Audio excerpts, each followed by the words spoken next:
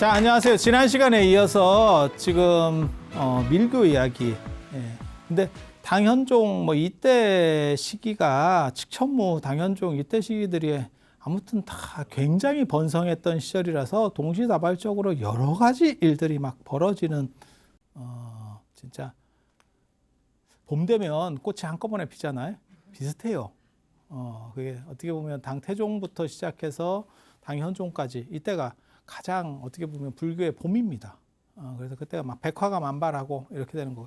하나하나 폈다가 이렇게 치면 우리 같은 사람도 얼마나 좋겠어요. 설명하기 좋고. 막 동시에 막 참 그렇지. 저기를 또 비집고 왕중왕전에서 뚫고 올라오는 사람들은 진짜 대단한 사람들이에요.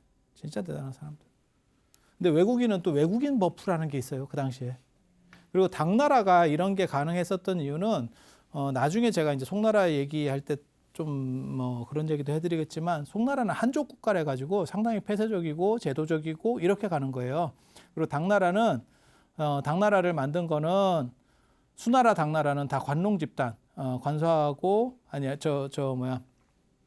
관중하고 농서 쪽에 있었던 선비족 팔주국 집단들이 만들었기 때문에 유목문화가 있는 거예요. 유목문화하고 농경문화의 차이가 뭐라고 생각하시면 되냐면 우리는 다 겪어봤어요. 여러분들 세대에는 뭐 다 겪어봤어요. 그래서 IMF 이전이 농경문화라고 생각하시면 돼요. 영공서열제. 네, 그게 송나라가 그런 식의 국가라고 보시면 되고 그 다음에 IMF 맞고 난 뒤에 이제 뭐 이직도 자유롭게 하고 그 다음에 이제 정년이라는 개념이 상대적으로 굉장히 약해졌죠. 그래서 여차하면 직원도 옮길 수 있는 거고 위에도 어떻게 사람을 날릴 수 있는 거고 막 이런 분위기들이 만들어졌죠. 그게 유목문화라고 보시면 돼요. 그래서 능력제 중심이 유목문화라고 보시면 돼요. 그러니까 연봉제냐, 연공서열제냐, 뭐 이렇게 생각하시면 될 거예요. 그래서 당나라 같은 경우는 지금 우리나라보다 오히려 더 그런 쪽이 강하다고 보시면 돼요. 그래서 능력제라든지 그러니까 능력만 있으면 그 사람의 출신이라든지 집안 배경이나 이런 관련이 없는 거야. 그냥 데려다 쓸 수 있는 거예요. 그래서 최치원 같은 경우도 그게 외국인 특별전형에서 1등을 해서 빈곤과 에서 합격을 하는 이야기가 나오는 거고 알록산 같은 사람이 이제 나중에 난을 일으킬 수 있는 것도 그게 이제 절도사가 너무 좀 권한이 강했죠. 그러니까 전라도 도지사 뭐 이러는데 군사권까지 다 있는 거예요. 그냥 그 동네 왕입니다. 일종의 행정권만 있는 게 아니고 그러니까 알록산 같은 경우는 세계 절도사거든요. 3도 절도사 예를 들면 우리식으로 말하면 그러면 굉장히 강력하죠. 그러니까 뭐 여차하면 한번 뒤집어 볼까 이런 생각이 드는 거고 그런데 외국인 출신이 그렇게 고위에 올라간다는 것 자체가 굉장히 특이한 일이에요. 근데 그 당나라는 능력제 사회라서 그게 가능한 겁니다. 그러니까 우리나라도 제가 전에도 그런 얘기 해드렸잖아요. 지금 현재 우리나라에 외국인 출신으로 뭐 한국으로 귀화했다고 치더라도 순수 외국인 혈통이야. 그런 사람이 한국으로 귀화했어도 그런 사람이 장관 임명을 받을 수 있을까? 어려울 겁니다. 아직까지 어려울 겁니다. 그렇지 않겠어요?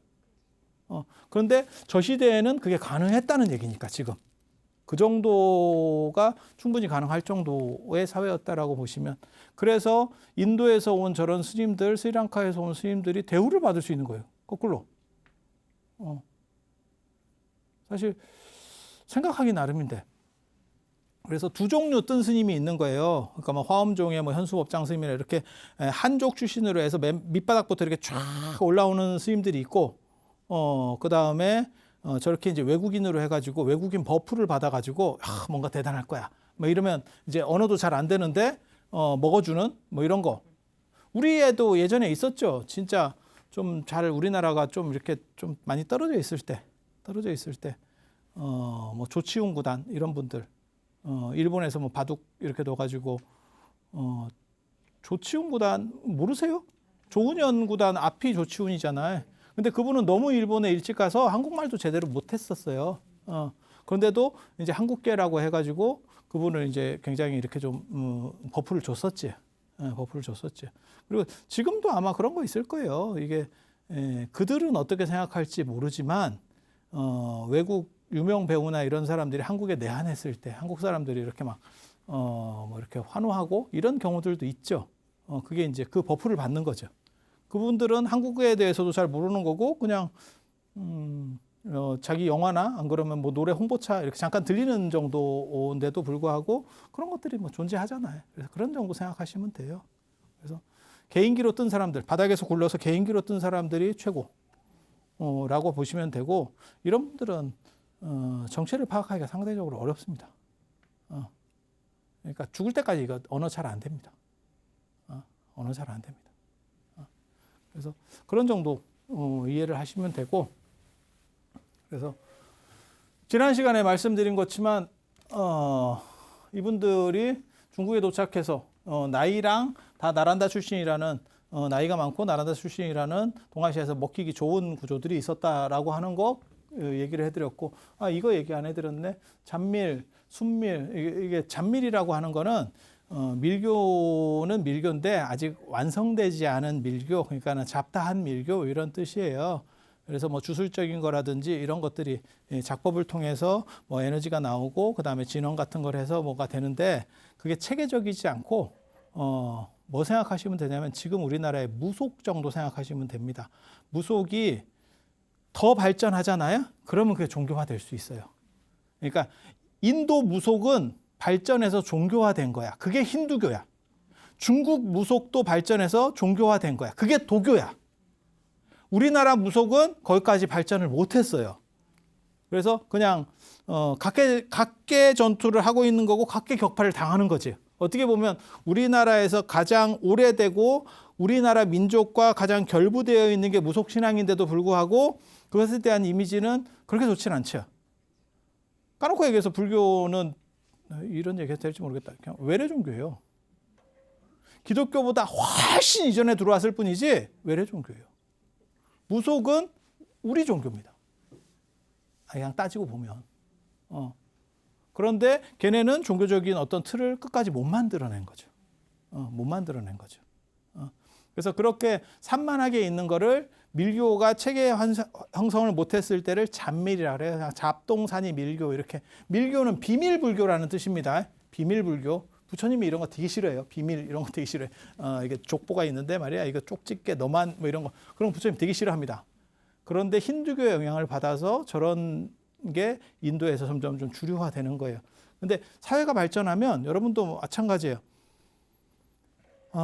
사회가 발전하고 안정되고 경제력이 높아지면 주술성이 쇠퇴할 것 같잖아요. 합리성이 더 비중이 커질 것 같잖아요.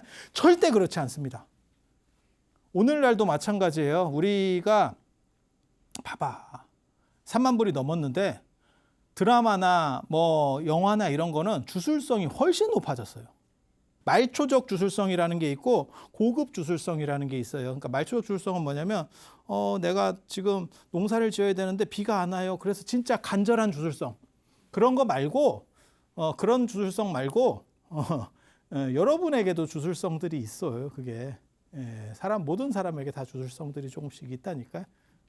그게 뭐냐면 우리가 뭐 복복자 같은 거 이렇게 디자인으로 해놓는다든가 안 그러면 우리 전통 문양에 그런 거 굉장히 많습니다.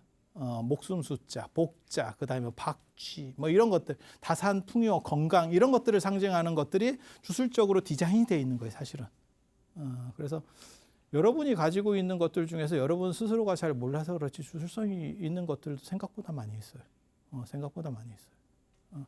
그래서 그런 주술성 그리고 요즘 젊은이들 한번 봐보세요. 그러면 뭐 타로점 뭐 이런 거, 그러니까 여러분이 생각하는 것처럼 우리가 점집에 가서 막 이렇게 간절함이 있는 게 아니에요. 그냥 재미지만 주술성. 이해가 됩니까? 그리고 어떤 이런 마스코트를 갖고 다닌다거나 안 그러면 어떤 이런 디자인과 관련된 부분에서도 주술성이 상당히 있습니다. 그걸 가지고 있으면 뭐 행운이 온다더라, 뭐가 어떻다더라. 그러니까 네이크로 봐도 주술성이에요, 여러분. 그냥 생각해 보시면. 그래서 그런 건 좀 고급 주술성이라고 하는 거예요. 왜?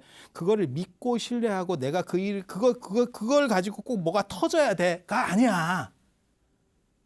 못 살 때는 진짜 지푸라기라도 잡는 심정의 주술성이고, 이거는 좋은 게 좋다 하는데 뭐 이러니까 그냥 한번 하는 거지. 큰 돈 드는 것도 아니고 그냥 재미삼아 하지만 주술성이 상대적으로 있다니까요. 그게 고급 주술성. 그리고 우리 주변에 많이 있어요. 우리 주변에 많이 있어요. 그래서 이게 이제 조금 더 정리가 되면 양적인 게 늘어나고 그게 이제 사상적인 걸로다가 이렇게 융합이 되면 하나로 뭉쳐질 수 있으면 그게 순밀이 됩니다. 순밀이 돼. 그리고 이게 좌도밀교라고 이름부터가 좀 거지 같죠. 좌밀. 인도에는 이제 뭐 탄트라 밀교도 있고 그 다음에 뭐 진원 밀교도 있고 뭐 여러 가지가 더 있는데 뭐 실운승 뭐 복잡합니다. 저게 나중에 커지니까 커지면 계속 분할되기 마련이거든요. 기업도 마찬가지잖아요. 카카오 같은 것도 커지니까 계속 분할되잖아요. 그런 식으로 생각하시면 돼요. 그런데 저 좌도 밀교라고 하는 건 뭐냐면 이거는 그냥 잡스러운 약간 주술성들이라고 보시면 되고 요거는 어떻게 정리가 돼서 깨끗한 주술성. 깨끗한 주술성. 지금으로 말하면 우리가 뭐 사시하고 불공하고 뭐 이런 것들이라고 생각하시면 돼요. 이분이 이렇게 이제 번역을 했고 이 번역한 걸 바탕으로 해서 태장기 만다라 라고 하는 게 만들어져요. 태장기 만다라. 그래서 거기 이제 중대 8여번이라 해서 만다라가 두 개가 있어요. 금강의 만다라, 태장기 만다라. 이렇게 두 가지가 유명하고 그 금강계 만다라 같은 경우는 금강정경을 바탕으로 해서 만드는 거고 태장계 만다라는 대의경을 바탕으로 해서 만드는 거예요. 이렇게 만드는 거고 만다라가 중간에 이렇게 연꽃같이 이렇게 연꽃이 펴 있는 것처럼 동그라미가 이렇게 만들어 있으면 그건 태장계 만다라. 그걸 중대 8여번이라고 합니다. 중대 8여번. 가운데 부처님이 있고 연잎같이 8개가 착착착착 이렇게 돌아가면서 있거든요. 그래서 그 태장계 만다라를 만들고 그 다음에 거기 13대원이 있고 거기에 존상을 불보살상을 얼마를 배치하면 414상. 414. 그러니까 불국토를 만드는 거예요. 부처님 세계를 만드는 거예요. 그렇게 해서 밀교에서는 뭐라고 얘기하는 거냐면 네가 지금 붓다다라고 해서 내가 지금 붓다라고 하는 거를 지금 현재 자각하도록 하고 그 세계들을 자기가 어떻게 보면 계속 이렇게 생각을 해서 일치시키게 저게 저런 식으로 해서 가능한지는 정확하게 모르겠는데 저게 될까 싶지 않은데 뭐 아무튼 걔네는 그렇게 해요. 걔네는 그렇게 해. 그리고 금강지라고 하는 분이 719년에 중국에 들어왔고 지금 3년 뒤잖아요. 3년 뒤에 들어왔고 그다음에 이분은 또 남인도 용지 제자래요. 예, 남인도 용지 제자고 나란다 수학이고 나이 많고 나란다 수학이고 똑같아. 요 나이 약간 얘기하는 거 나란다. 남인도인데 왜 꼭 나란다까지 나란다는 북인도 쪽인데 꼭 왜 남인도에서 출가한 분이 북인도까지 갔을까? 그냥 드는 의심. 내 신심이 부족해서 그래. 신심이 부족해서 그래. 그거 쉬운 게 아니에요. 왜냐하면 인도는 땅이 넓어서 남인도 사람이 북인도 가서 수업을 듣는다는 게 현실적으로 굉장히 어려운 얘기입니다. 그렇게 생각하시면 안 돼. 왜냐하면 언어나 문화가 달라요. 우리나라처럼 뭐 전라도 사람이 서울 와서 공부하는 게 뭐 어려워요. 나라가 작아서 그래. 야, 나라 작아서 그래. 인도나 중국은 그렇게 잘 안 된다니까. 이게 말부터 다시 배워야 돼. 그런데 남인도 출신이 나란다로 간다?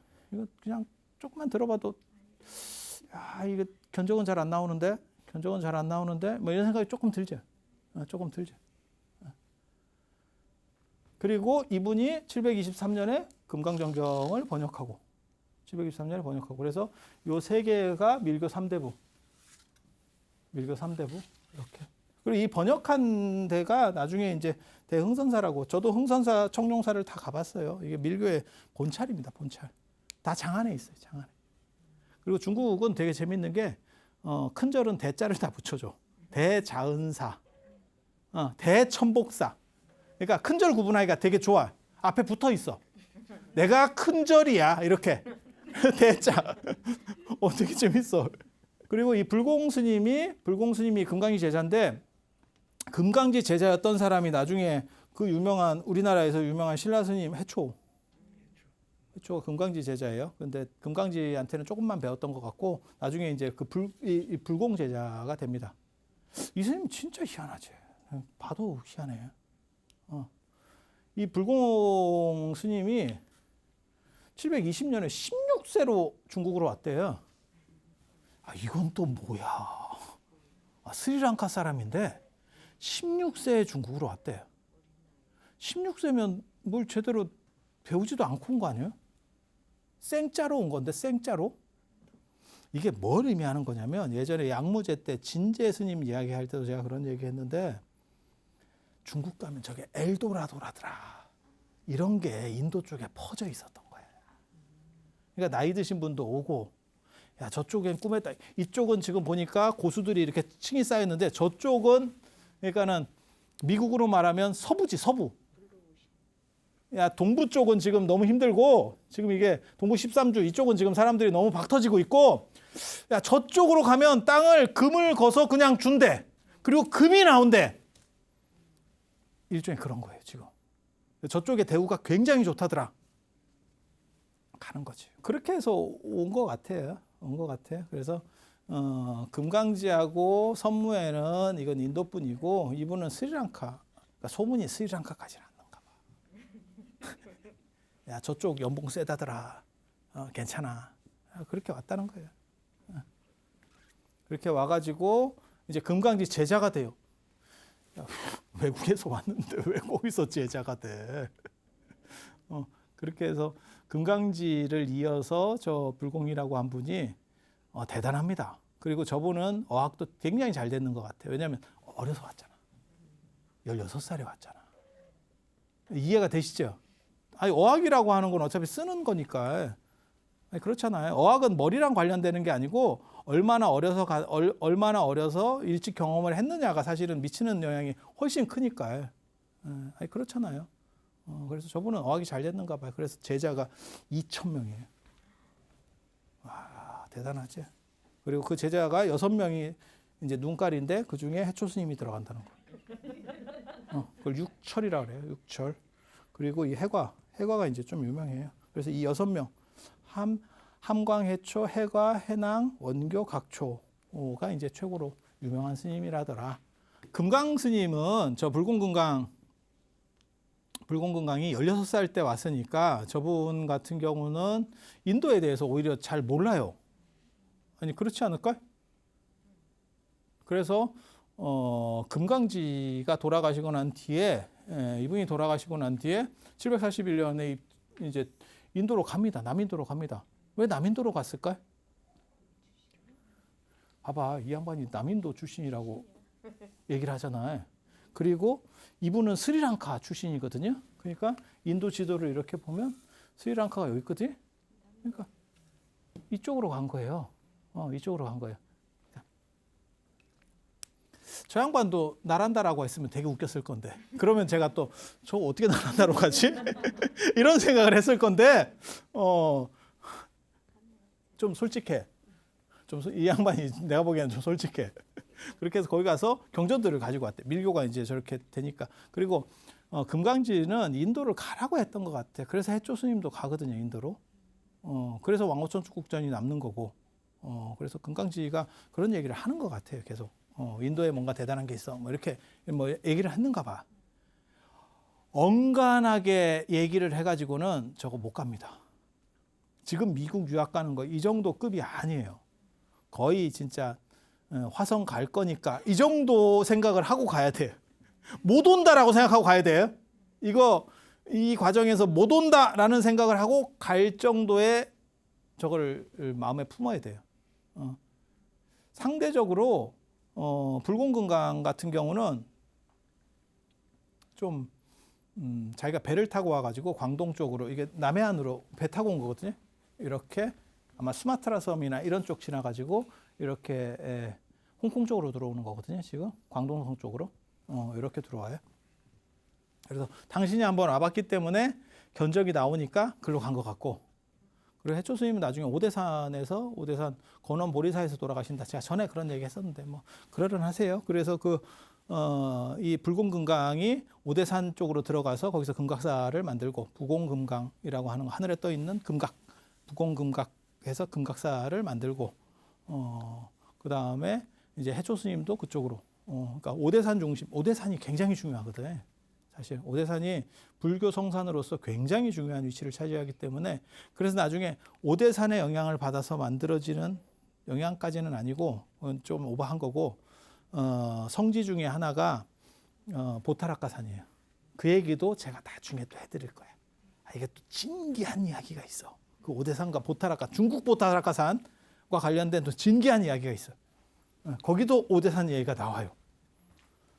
그래서 이 불공금강이 금강지와 함께 삼밀수행을 강조했다는 거예요. 삼밀이 뭐냐면 신구의 몸, 구, 입, 그 다음에 정신.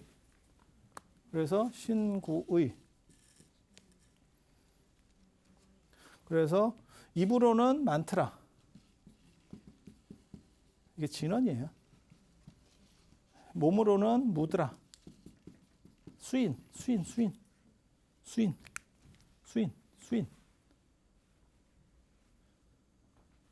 이런 수인하는 거, 수인 맺는 거, 무드라. 이거를 문두루, 한문으로는 문두루라고 하는데 우리나라에서는 문두루 비법. 그래서 나중에 명랑 스님의 문두루 비법 이렇게 나오는 게 무드라. 그 다음에 정신으로는 만다라. 그래서 요 속된 것들을 요 성스러운 걸로 대체시켜서 요거를 이렇게 없애고 깨달음으로 가는 게 삼밀수행이라고 합니다. 그리고 지금까지 이것들을 하죠. 사시 때 진언하잖아요. 뭐 천수경에도 진언이 많고, 그죠? 진언하잖아요. 뭐 온만이 밤매옴도 하고 뭐 이렇게 다 하잖아요. 그죠? 수리수리 마수리가 그거잖아요. 그죠? 수리수리 마수리. 그것도 이제 또 할 얘기가 또 그런 얘기하면 또 재밌는데, 그건 뭐 다 얘기 못 해주겠다. 이불 수리하나? 그래 정구업진언이잖아. 조동이를 이렇게 수리를 해. 그래서 진언도 하고, 그 다음에 무드라는 언제 보냐면, 여러분들이 무드라는 언제 보실 수 있냐면, 수입 맺는 건 언제 보시냐면, 저 사식구제나 천도제 할 때 관욕하면 이런 거 합니다. 이런 거. 지단진언, 그런 진언들 할 때, 대령관욕이라 그래서, 욕실에 들어갔을 때, 그런 것들을 하거든요. 목욕진언, 세수면진언, 뭐 이런 거 할 때 손으로다가 이렇게 하는 게 있어요. 그게 이제, 무드라라고 생각을 하시면 되고, 그 다음에 만다라는 사시 때 합니다. 사시 때. 여러분이 몰라서 그래. 사시불공에 만다라가 들어가 있어. 그래서 제목부터가 뭐냐면 요건 만다라 선송이야. 만다라를 지금 내가 건립하려고 하는데 먼저 하는 게 정법계진언 옴남. 이렇게 요건 만다라 선송. 그러니까 요건이라고 하는 거는 내가 지금 만다라를 건립하고자 합니다라는 뜻이에요. 그리고 건립에 있어서 제일 먼저 시작하는 게 뭐냐면 주변을 깨끗이 하는 거야. 그래서 법계를 깨끗이 하는 진언, 이거를 깨끗하게 도량을 만들고 거기다가 만다라를 건립하는 거예요. 그래서 여러분이 이런 게 멀리 있다라고 생각하지만 사실은 사시불공 안에 이 중에 두 가지가 들어가 있어. 만다라하고 무드라가 들어가 있어. 아니, 만다라하고 이 만트라가 들어가 있어요. 만트라가 들어가 있어. 그래서 이게 지금도 어느 정도 이상 남아 있는 거예요. 그래서 그 요건 만다라 선송 때문에 맨날 나오는 거 있잖아요. 그거를 저한테도 그렇게 물어보시는 분들이 있어요. 스님들도 요건 만다라 선송을 해야 됩니까? 안 해야 됩니까? 스님들이 이렇게 엄불할 때 보면 요건 만다라 선송, 정법계진언 이렇게 하거든요. 근데 사실은 그게 하라는 게 아니고 요건 만다라 선송이 제목이에요. 지금 만다라를 건립하고자 하니까 정법계진언부터 해라고 해서 그게 주석글이라고. 뭔 얘기인지 알아들으시겠어요? 그래서 그건 읽는 게 아니에요. 읽는 게 아닌데 조선시대 때 이제 스님들이 제대로 못 배워가지고 연불하시는 스님들은, 조선시대 때 연불하시는 스님들은 문자를 모릅니다. 문자를 모르고 연불합니다. 제가 어렸을 때도 그런 분을 뵀었거든요. 몇 번. 진짜 연불 잘해요. 그러면 문자를 모르는데, 한자를 모르는데 어떻게 연불을 합니까? 창 배우듯이 외워요. 이 사람이 전체를. 의식문 전체를 다 외워. 한 권을. 그러니까 우리는 찾아서 하는 거고 그분들은 그냥, 그러니까 저희 같은 사람들은 대부분 다 마찬가지예요. 스님들이. 그러니까 뭐 사시불공이라든지 뭐 중단태공이라든지 많이 하는 건 외우고, 그 다음에 이제 관음시식이라든지 이렇게 가끔 하는 거는 거의 숙지 상태. 그래서 그냥 한 번만 쓱 보면 그냥 한 페이지 이상 쭉 이렇게 다 외워져 있는 거예요. 뭔 뜻인지 아시겠죠? 근데 그런 분들은 이걸 못 보기 때문에 전체를 외워. 의식집 전체를 외워. 그 정도만 외우는 게 아니고 모든 뭐 각단 예물, 뭐 각단청을 다 외워. 그래서 그런 분들이 있어요. 어떻게 그분이 문자를 모르는 줄 알았냐면 축원을 못 읽어. 그때는 축원을 한문으로 이렇게 써주시는 분들이 있었어요. 그러니까 죄를 지내면 자 축원문 좀 써주세요. 이랬더니 한글을 모르는 게 아니고 한문을 모르는 거야. 그래서 한문을 이렇게 써주시는 어른들이 한문으로 썼었어. 그러니까 한문을 못 읽어. 그러니까 한문을 모르는데 저 사람이 어떻게 의식집을 알지? 이렇게 생각한 거지. 그래서 축원하다가 저한테 제가 옆에 바라지로 있는데 이거 뭐요? 이게 나온다니까. 되게 재밌어. 재밌어. 아무튼 뭐 그렇다 치고 조선시대 때 실제로 그런 일들이 많이 있었고, 그래서 뭐냐면 이건 주석 이제 설명문인데 설명문을 외워. 그러다 보니까 인도 경전에도 그런 거 있어요. 인도 경전에도 이게 주석인데 그걸 암송을 해버리는 경우들이 있어요. 그러니까 단순 암기하는 사람들이 이해를 못해서 나타나는 현상이에요. 그러니까 이해해야 암기되는 거 아닙니까? 아니에요. 여러분 팝송 외우고 이런 거 생각해봐. 이해 못해도 그냥 외워. 그래서 암기한다고 내용을 안다라고 생각하지 마세요. 그리고 그렇게 되면 내용을 배우지 못하면 억번해도 모릅니다. 억번해도 모릅니다. 그래서 이게 내용 아는 거하고 암기하는 거는 사실은 다른 층이에요. 그래서 어떤 분들은 자꾸 암기하면 저절로 뜻을 다 알아라고 하는데 그건 절대 그렇지 않습니다. 절대 그렇지 않습니다. 그래서 이거는 논리적 층위를 이런 걸 보고 논리적 층차가 다르다라고 얘기를 하는 거고, 그래서 그렇게 외우는 경우 때문에 지금 요건 만다라 선송을 하는데 문제는 그래서 빼야 되는 거 아닙니까? 라고 저한테 물어보는데 어산 범패할 때 그 곡조가 있어요. 그러니까 이게 미스를 범한 지 너무 오래돼서 음계가 있어. 거기에 대한 음계가. 그러니까 이게 병이 좀 오래된 거지. 뭐 생각하시면 되냐면 암인데 제가 나이가 많아가지고 이제 뭐 굳이 이게 작동을 잘 안 해. 그래서 떼어낼까요? 이렇게 병원에 갔더니 그 의사 선생님이 뭐라고 얘기하냐면 그냥 열면 위험할 수 있으니까 그냥 사실 만큼 사세요. 암도 사람 알아보니까 이게 연식 많은 분은 잘 안 퍼집니다. 그냥 띄어서 이걸 열어가지고 개인이 화근을 만들지 마시고 잘 보존해서 갑시다. 아니 이런 경우들이 있잖아요. 지금 비슷한 상황이라고 보시면 돼요. 그래서 곡조가 없으면 빼도 되는데 곡조가 있기 때문에 뺄 수도 없어요. 그래서 저는 그냥 틀렸지만 틀린 거를 인지하고 그냥 가자. 이렇게 얘기를 하는 쪽이거든요. 그래서 이런 부분들은 사실 재밌어요. 그런데 그 덕분에 여러분들이 만다라라고 하는 얘기를 들어보게 되는 거예요. 그게 만약에 주석문이어 갖고 빠지면 천수경 할 때도 읽는 제목이 있고 안 읽는 제목이 있잖아요. 이렇게 천수경 할 때 뭐 사방찬 그러면 일세동방결도랑 이산한방 득청량 하지만 사방찬이라고 하는 제목을 안 읽지. 그런 식으로 원래 요건 만다라 선송도 가야 되는데 그거를 어떻게 하다 보니까 읽게 된 거야. 그 덕분에 여러분이 만다라를 다 들어봤어. 되게 아이러니하게도. 그리고 실제로는 사시가 만다라 작법이었다라고 하는 게 드러나는 거죠. 그래서 신구의 삼업을 바꿔서 이걸 삼업이라고 하잖아요. 세 가지 나쁜 거. 이걸 바꿔서 청정으로 만들어내는 거예요. 이걸 삼밀수행이라고 합니다. 삼밀수행. 그래서 이걸 강조했다라고 하는 거고 이 금강정경의 기초에서 금강의 만다라를 만드는데 금강의 만다라는 성신회를 중심으로 해서 구해가 있고 그냥 우물정자 같이 생기면 금강의 만다라예요. 이렇게 생기면 금강의 만다라. 네모나가지고 여기에 동그라미가 있으면 이거 태장계예요. 이거 태장계. 이렇게 구분하시면 돼요.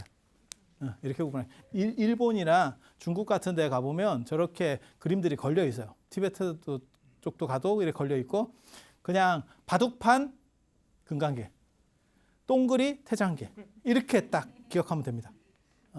그러면 뭔가 사람이 있어 보여. 이게 뭐지? 막 이렇게 너무 없어 보여. 그러면 뭐 구체적인 거를 우리가 쓴 사람 아느냐? 그거 잘 몰라. 우리도 그거 정확하게 잘 몰라. 그러면 어떻게 하느냐? 그 뭐 설명해 주세요. 그러면 이게 이런 거고 이렇게 대충 하고 그런 게 있어. 내가 다 아는데 야 이거 시간이 없어. 왜? 봐봐. 금강의 만다라에 1461존이 나와. 표현되어 있는 도상이 1460. 어떻게 설명할 거야? 이거 설명 다 하고 여행 접을까? 그렇게 가는 거예요. 그래서 이거 진짜 하는 사람 아니면 그거 다 일일이 잘 몰라요. 몰라. 단 우리가 주변에 관련된 거가 뭐냐면 성신회라고 하는 중심 이제 센터가 성신회인데 거기에서 나오는 게 대일열애를 중심으로 해서 대일열애가 참고로 말씀드리면 대일열애 여기도 대일경 대일열애 나오는데 여기 비로자나불입니다. 비로자나불. 비로자나불. 그래서 동방 아촉불, 남방 보생열애, 서방 아미타불, 북방 불공성취불 이렇게 해서 오방불 구조가 나오는 게 오방불이 여러 종류가 좀 있는데 저 중에서 압도적인 어떻게 보면 보편성을 차지하는 게 저 오방불이에요. 그래서 중앙에 비로자나 부처님, 그 다음에 동방의 아촉불, 약사열애 아닙니다. 여기서는 아촉, 그 다음에 보생열애, 그 다음에 불공성취, 그 다음에 아미타 이렇게. 그리고 약사열애가 나중에 약진하면서 아촉불이 약사열애로 바뀌기도 해. 바뀌기도 해. 아촉불은 석가모니불처럼 이렇게 수인을 하고 있고요. 항마촉 주인을 하고 있고 약사열애는 약함을 들고 있죠. 이게 어디서 이런 거를 볼 수 있냐면 탑 좌대에서 볼 수 있습니다. 통일시대 시대 탑을 보면 탑에 이렇게 좌대라기보다도 탑신석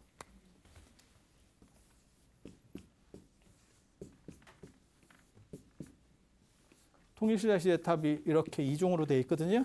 그러면 여기에 이렇게 네 부처님이 새겨져 있는 경우들이 있어요. 여기에 새이거나 여기에 새이거나 뭐 이렇게 그런 걸 보고 이제 사방불이라고도 하고 중앙은 안 보이니까 그냥 사방에 부처님이 있어요. 그래서 사방불이라고도 하고 중앙에는 비로자나 부처님 대일열애를 그냥 상징적으로 놓은 건데 표현할 수가 없죠. 그래서 그냥 오방불이라고도 합니다. 그런데 그 기본 가다가 나오는 게 금강정경이라더라.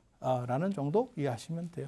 그리고 불공이 인도에 가가지고 인도에가 746년에 귀국하는데 그때 경전을 가지고 온 게 777권, 77부 101권을 가지고 왔대요. 그리고 그거를 저거 가지고 오는 것도 진짜 어려운 일인데 저게 물론 배 타고 오면 되는데 저걸 그냥 주지는 않을 거거든.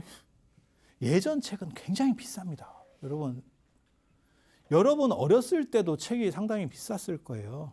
그리고 귀하기도 하고 비싸고. 그래서 제가 그런 얘기 안 해드렸나? 조선시대 때 일반 평민도 과거를 볼 수 있었지만 평민은 사실은 과거를 볼 수가 없었다. 이유는 뭐냐? 책이 없어, 책이.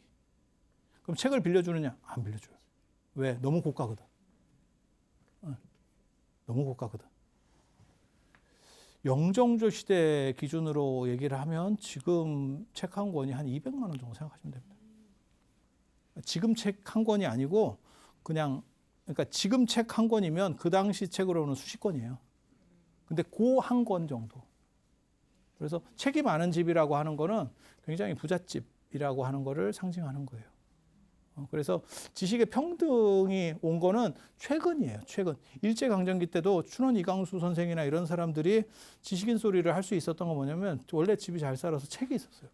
그러니까 어렸을 때 그런 걸 좀 보고 큰 사람하고 그냥 한 것도 없고 비석치기나 하고 땅 따먹기나 하고 이게 이게 생각이 달라요. 그건 어쩔 수가 없다니까. 그건 어쩔 수가 없어요. 그래서 그런 정도 생각을 하시면 되고 이 경전들을 번역을 해서 이분이 4대 역경승이 돼요. 4대가 누구냐면 전에 말씀드렸어요. 구마라즈, 현장, 진제. 그리고 이분까지 넣으면 4가 되는 거예요. 그리고 그걸 번역한 장소가 어디냐면 이 흥선사입니다. 흥선사. 그래서 이게 장안의 3대 역경장 뭐 이런 식으로 얘가 나옵니다. 3대 역경장 하면 뭐가 있을까요? 어디를 넣을까? 아마 장안의 3대 역경장 하면 현장 스님의 저 자은사 그리고 아마 의정 스님의 천복사가 들어갔을 거예요. 의정 스님의 천복사. 이게 안 들어가면 저기가 들어가야 되거든요. 저 어디냐면 구마라집 있었던 초당사. 초당사라기보다도 구마라집이 뭐 초당사에도 살았지만 사실은 거기는 초당사는 구마라집에 사리탑이 있는 데고 초당사가 구마라집이 번역했던 소요원. 근데 뭐 그거는 절은 아니니까 아마 천복사 정도를 넣는 게 아마 바람직할 겁니다. 대천복사. 천복사가 현수 법장 스님이 절이었고 그다음에 나중에 의정 스님이 거기서 이제 번역을 굉장히 크게 하시거든요. 지금 다 탑이 남아 있어요. 그 소환탑 뭐 이래가지고 유적도 있고 다 남아 있어요. 그래서 이게 흥선사고 이 청룡사도 굉장히 중요해요. 청룡사. 그러니까 여기가 경전 번역할 때 저분들이 주석하셨던 데는 흥선사고 그 다음에 밀교 수행을 중심으로 했던 거는 청룡사예요. 청룡사. 그렇게 해서 그 청룡사에서 이 해과사리 제자가 이 공해라고 하는 분입니다. 공해 잘 모르시죠? 여기. 일본 분이에요. 코카이라고. 일본의 불교 유적을 이렇게 가보면 고야산을 가게 됩니다. 그 고야산 밀교의 시조가 홍법대사 공해. 코카이라고 하는 저분이에요. 그래서 저분이 불공금강의 제자의 제자라더라. 그래서 저 절에 가면 실제로 그림들이 역대 저런 유명한 분들의 그림이 쫙 이렇게 돌에 새겨져 있거든. 옛날부터 새겨져 있었는지 잘 모르겠고 딱 봤을 때 요즘 그래서 쫙 있어요. 그래서 해조 스님도 있고 대부분 해과아사리 저 청룡사를 일본 분들이 굉장히 많이 갑니다. 한국 스님이나 한국 불자들은 청룡사 쪽은 잘 안 가요. 저같이 약간 이제 관심 있는 사람들은 가게 되고 잘 안 가고 일본 분들은 굉장히 많이 갑니다. 왜냐하면 저 고야산에 한 200개 절이 있고 고야산에만 일본 저 밀교 홍법대사 저 공해의 밀교가 절이 한 4,000개 있어요. 절이 한 4,000개. 신도가 뭐 700만, 1000만 이러는데 그럼 어떻게 생각하시면 되냐면 그냥 조계종입니다. 조계종 정도의 규모를 일본에서 그러니까 일본은 뭐 우리보다 인구가 더 많으니까 이렇게 딱 비율이 되는 건 아닌데 조계종 정도의 규모가 일본 저 홍법대사 공해의 밀교라더라. 절도 그래서 한 4,000개 있고 그 다음에 스님들도 한 10,000분 정도 되고 그리고 신도도 700만에서 1,000만 얘기를 하고 그러면 거의 조계종 사이즈 정도라고 기본적으로 이해를 하시면 되겠습니다. 최징이나 이런 얘기도 좀 해드리면 재밌는데 그건 다 음해하거나 그냥 자를 수도 있어. 저건 왜냐면 일본 거잖아. 굳이 안 해도 돼. 굳이 안 해도 돼. 근데 저 고야산 진짜 한번 가볼 만해요. 제가 2번 가봤는데 야, 저 진짜 삼나무 진짜 대단하다. 이러한 아름드리 나무들이 쫙 있는데 와 절도 저 금강봉사라고 하는 절도 대단한데 절보다 저는 저 삼나무 숲이 너무너무 감동적이었어요. 진짜 시간 가는지 모르고 월정사 전나무 숲길 뭐 이런 것 안 돼.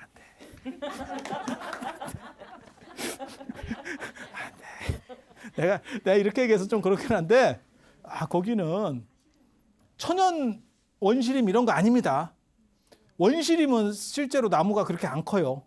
막 각축전을 벌이기 때문에 그래서 잘 조림해가지고 엄청나게 커지는 데가 근데 그거는 저는 예전에 그게 2000년도인가 뭐 언제 갔었는데 너무너무 감동적이었어요. 근데 그게 성지순례로 가니까 그쪽을 또 안 가더라고요. 약간 배낭여행으로 갔을 때 이렇게 길 물어봐서 가니까 그건 진짜 너무너무 감동적이었어요. 나 저런 숲이 있구나. 막 이런 생각을 했다니까. 제가 여러분들이 저를 어떻게 보시는지 모르겠지만 제가 그래도 많이 싸돌아다닌 편인데 제가 이 정도 얘기할 정도면 그리고 저는 여러분이 저를 얼마나 아시는지 모르겠는데 저는 숲, 자연 이런 거 싫어합니다. 우리는 시멘트 이런 걸 좋아하기 때문에 흙 밟는 거 이런 거 싫어해요. 스님이니까 그런 걸 다 좋아할 거야. 그렇게 생각하지 마. 나는 그런 거 싫어. 나는 그런 거 싫어. 비규정성에 대해서 제가 굉장히 싫어하거든요. 저는 규정성이고 합리적이고 이런 거를 굉장히 딱 그래야 공부도 할 거 아니오. 이게 규정성이 비규정성으로 계속 나오면 이건 데이터 잡기가 어렵거든요. 그래서 자연적인 거라든지 이렇게 규칙 내기 어려운 걸 싫어합니다. 상대적으로. 그런데 제가 이 정도 이렇게 세게 얘기할 정도면 진짜 좋은 거예요. 진짜 좋은 거예요. 자, 오늘 이상하고 다음 시간에 이제 차에 대한 이야기, 그 다음에 천태종에 대한 이야기, 그런 이야기들 해드릴 수 있도록 하겠습니다. 자, 들어줘서 감사합니다.